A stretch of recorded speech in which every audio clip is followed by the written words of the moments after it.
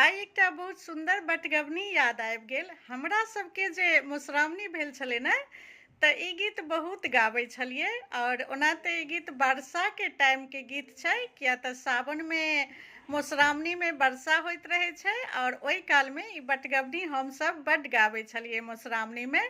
तऽ आइ मोन पड़ि गेल तऽ कहलियै अहूँ सबके सुना दै छी, सुनियौ, ई बटगबनी छियै।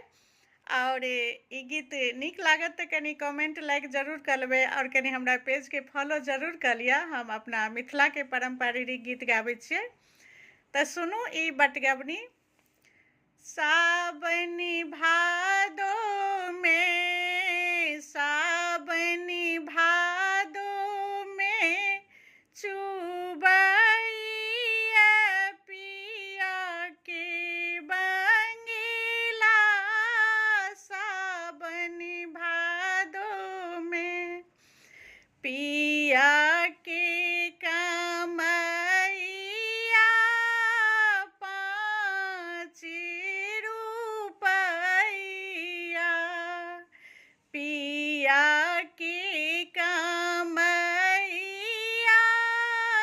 पाँच रुपैया। बंगिला छाड़ब की गढ़ब नथिया। हो बंगिला छाड़ब की गढ़ब नथिया।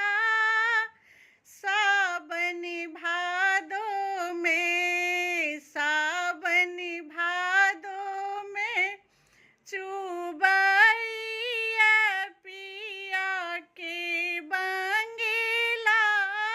सावन भादो में पिया के कमैया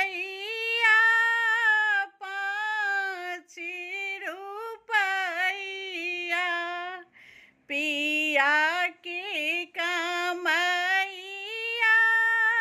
पाँच रुपैया।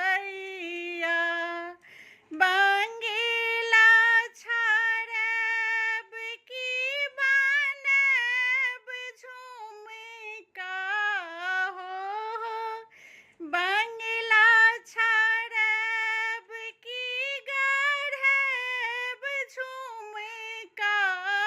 सावन भादो में, सावन भादो में चुबैया पिया के बंगिला।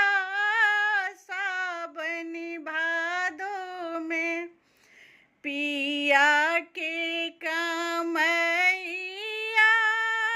पाँच रुपैया। पिया के